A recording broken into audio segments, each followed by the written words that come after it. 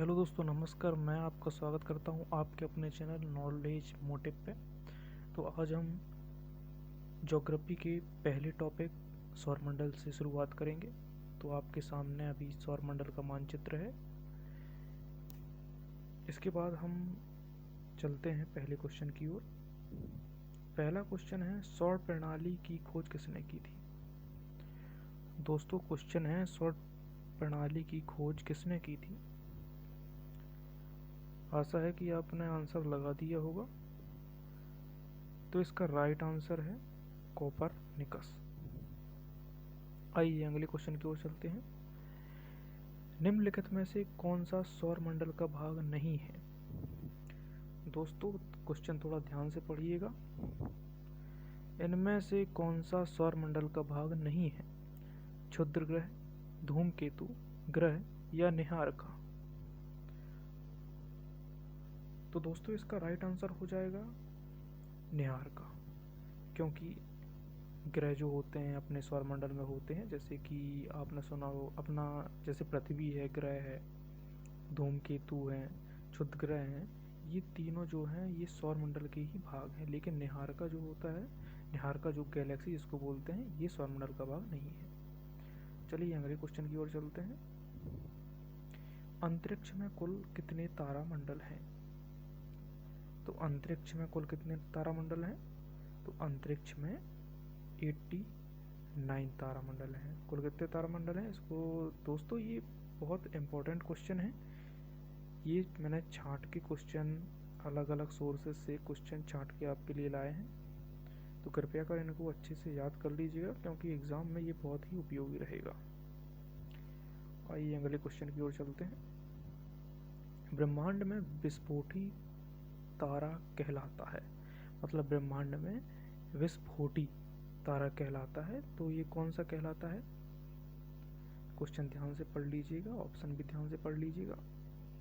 तो ब्रह्मांड में जो विस्फोटी तारा कहलाता है वो कहलाता है दोस्तों लुब्धक। ये क्या कहलाता है? लुब्धक। चलिए अगले क्वेश्चन की ओर चलते हैं।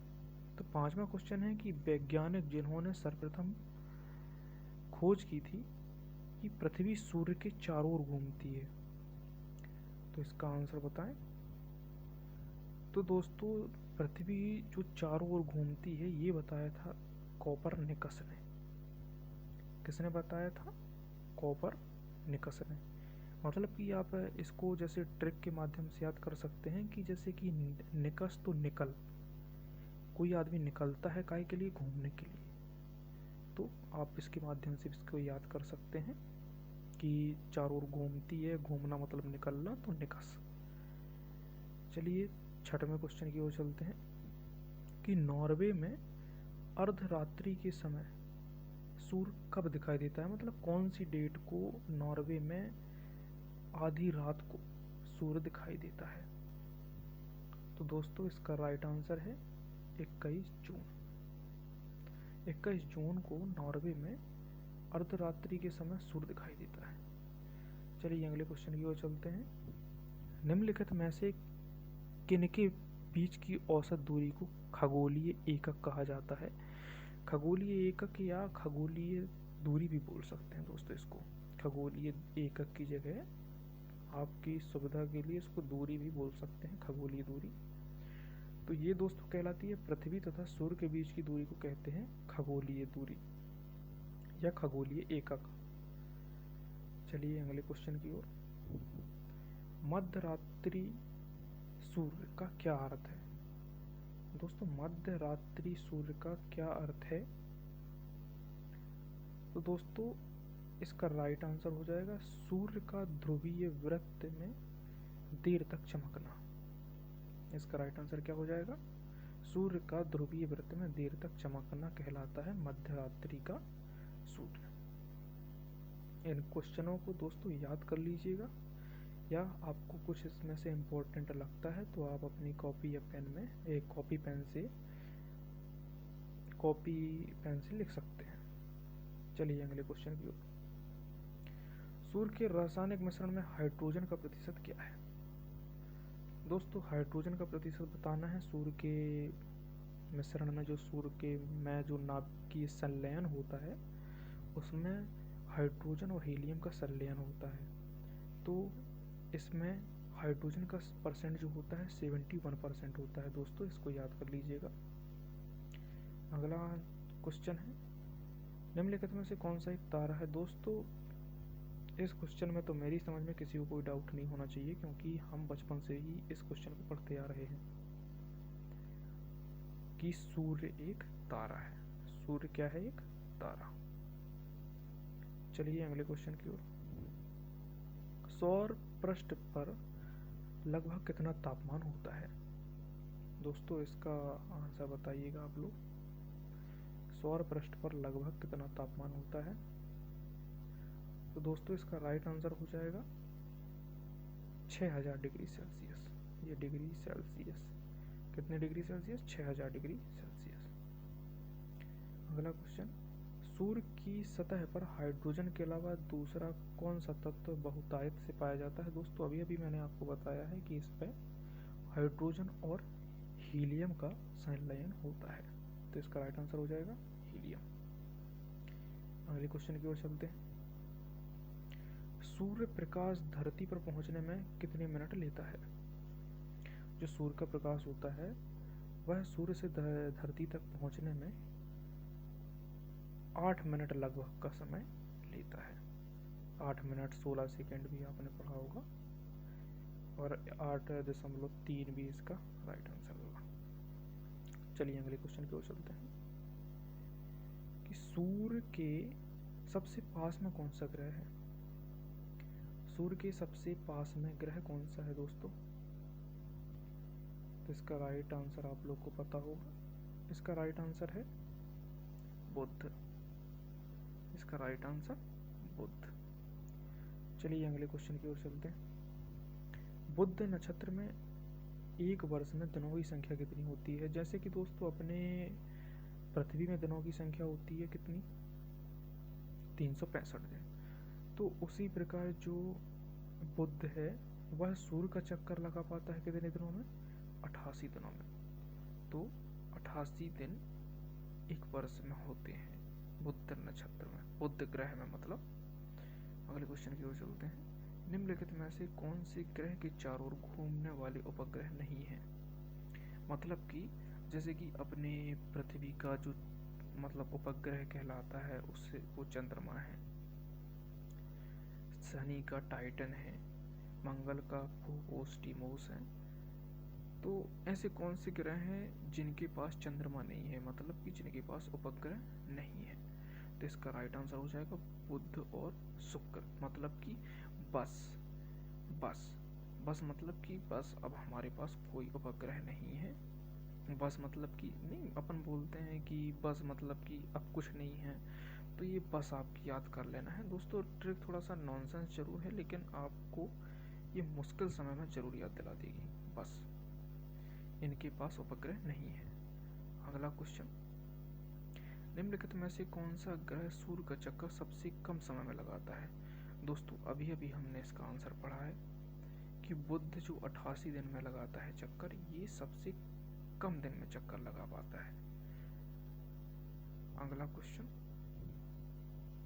सौर मंडल का कौन सा ग्रह लगभग पृथ्वी जितना बड़ा है? दोस्तों इस क्वेश्चन में आपको किसी को कोई डाउट नहीं होना चाहिए, क्योंकि आपने बहुत पहले से आप पढ़ते आए हैं कि पृथ्वी की जुड़वा बहन किसको कहते हैं? शुक्र को। शुक्र को कहते हैं। तो मतलब पृथ्वी की मतलब जो पृथ्वी की अपने जैसे कि पृथ्वी अपना दिखाई देता है उसी प्रकार का बनावट जो है शुक्र की भी है। अगला क्वेश्चन, सबसे चमकीला ग्रह कौन सा है? दोस्तों अभी अभी हमने इसका आंसर लगाया था, ये जुड़वा बहन जिसको बोलते हैं अपन शुक्र को, यही सबसे चमकीला ग्रह है। अगला क्वेश्चन, पृथ्वी के सर्वाधिक निकट ग्रह कौन सा है? पृथ्वी के सर्वाधिक निकट ग्रह दोस्तों, पृथ्वी के सर्वाधिक निकट ग्रह कौन सा है? दोस्तों पृथ्वी के सर्वाधिक निकट ग्रह है शुक्र, उसकी बहन सबसे निकट है। अगला क्वेश्चन,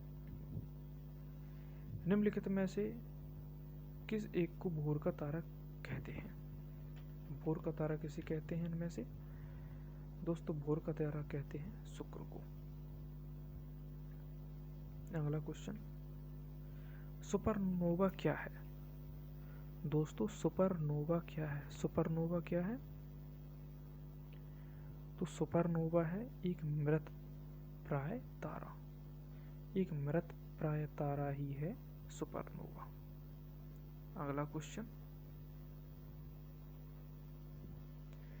उत्तरी ध्रुव की खोज किसने की थी? दोस्तों उत्तरी ध्रुव की खोज किसने की थी बताना है आपको। दोस्तों तो उत्तरी ध्रुव की जो खोज की थी वो की थी पियरी ने, रॉबर्ट पियरी। आपको एक बात याद रख लेना है कि जो रॉबर्ट पियरी है, मतलब यहाँ पे री आ रहा है ना, तो ये आपको री से आपको याद रखना है उत्तरी। जैसे आप इसका जैसे राइमिंग भी इसकी आप देखेंगे, उत्तरी पियरी दोनों सेम है। तो उत्तरी ध्रुव की खोज की थी रॉबर्ट पियरी ने और दक्षिण ध्रुव की खोज की थी एमंडसेन ने। ठीक है दोस्तों, अगले क्वेश्चन की ओर चलते हैं। साउथ पोल पहुंचने वाला प्रथम व्यक्ति कौन था? दोस्तों अभी अभी मैंने आपको बताया साउथ पोल पहुंचने वाला प्रथम व्यक्ति, तो दोस्तों ये है एमंडसेन। ये साउथ पोल पर पहुंचने वाले प्रथम व्यक्ति थे। अगला क्वेश्चन, तारे पूर्व से पश्चिम में किस कारण ज्यादा दिखाई देते हैं? दोस्तों थोड़ा इसको ध्यान से पढ़ लीजिएगा, बहुत ही इंपॉर्टेंट क्वेश्चन है। ये क्वेश्चन हमको एग्जाम में कंफ्यूज कर सकता है दोस्तों। तारे पूर्व से पश्चिम में किस कारण ज़्यादा दिखते हैं? तो दोस्तों इसका राइट आंसर हो जाएगा पृथ्वी पश्चिम से पूर्व घूम रही है, इसके कारण जो है तारे पूर्व से पश्चिम में ज़्यादा दिखते हैं। तो इसका राइट आंसर हो जाएगा डी। अगला क्वेश्चन, पृथ्वी, सॉरी दोस्तों इसका मैंने आंसर ही बता दिया। आप लोग को वैसे भी इसका पता ही होगा कि पृथ्वी को नीला ग्रह कहते हैं, क्योंकि यहाँ पे पानी सबसे ज़्यादा दिखता है। तो ऊपर से जब मतलब जो एस्ट्रोनॉट होते हैं जो ऊपर से देखते हैं तो उनको नीला दिखाई देता है। तो मतलब ये एक्चुअल है ही नीला, पृथ्वी को इसलिए पानी की वजह से नीला ग्रह कह देते हैं। अगला क्वेश्चन, पृथ्वी स्थित है, पृथ्वी स्थित है कहाँ पे स्थित है? पृथ्वी पृथ्वी है शुक्र और मंगल की मध्य स्थित है।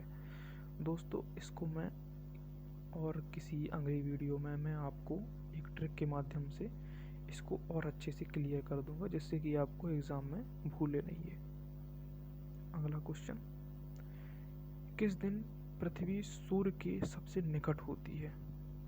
दोस्तों तो किस दिन पृथ्वी सूर्य के सबसे निकट होती है? तो इसका राइट आंसर है 3 जनवरी। 3 जनवरी। निकट, निकट में कितने शब्द आते हैं? 3, ठीक है ना। तो ये किस दिन सबसे निकट होती है? 3 जनवरी को। अगला क्वेश्चन, पृथ्वी सूर्य से अपनी अधिकतम दूरी पर कब होती है? अभी आपने क्या पढ़ा था कि पृथ्वी सूर्य से सबसे पास कब होती है, तो उसका आंसर था 3 जनवरी। आपने अब क्या देख रहे हैं आप कि पृथ्वी सूर्य से अपनी अधिकतम दूरी में कब होती है? दूरी मतलब 4 जुलाई को। तो पृथ्वी सबसे अधिकतम दूरी पर रहती है 4 जुलाई को। इसको याद करने के लिए जैसे कि दो आपको याद कर लेना है, तो 2 दूनी दो लिखा है, मतलब 2 दूनी लिखा है वो, मतलब कि आपको ऐसा सोचना है जिससे कि आप इसको याद कर पाएँ। दोस्तों थोड़ा नॉनसेंस जरूर है, लेकिन ये बहुत ही मददगार है, विश्वास मानिए मेरा, मैंने इसी माध्यम से याद किया है। तो पृथ्वी अपनी अधिकतम दूरी पर रहेगी 2 दूनी 4 जुलाई को। दोस्तों अगले क्वेश्चन की ओर चलते हैं। सूर्य से पृथ्वी की दूरी कितनी है? दोस्तों सूर्य से पृथ्वी की दूरी, ये रटने वाला ही क्वेश्चन है। इसका राइट आंसर हो जाएगा 149.6 मिलियन किलोमीटर।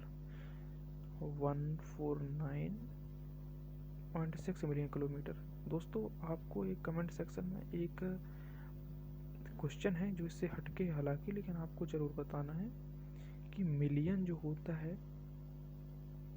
होता है अपन उसको अपनी भाषा में क्या बोलते हैं। तो दोस्तों कमेंट सेक्शन में इंतज़ार रहेगा कि आप लोग इसका आंसर दें। और दोस्तों अगर आपको वीडियो पसंद आई है तो लाइक और सब्सक्राइब जरूर करें और अपने दोस्तों को भी सेंड करें।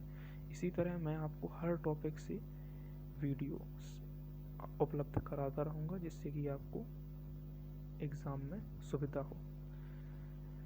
धन्यवाद दोस्तों। आशा करता हूँ कि आप लाइक और शेयर करके मेरा मनोबल बढ़ाते रहेंगे। धन्यवाद।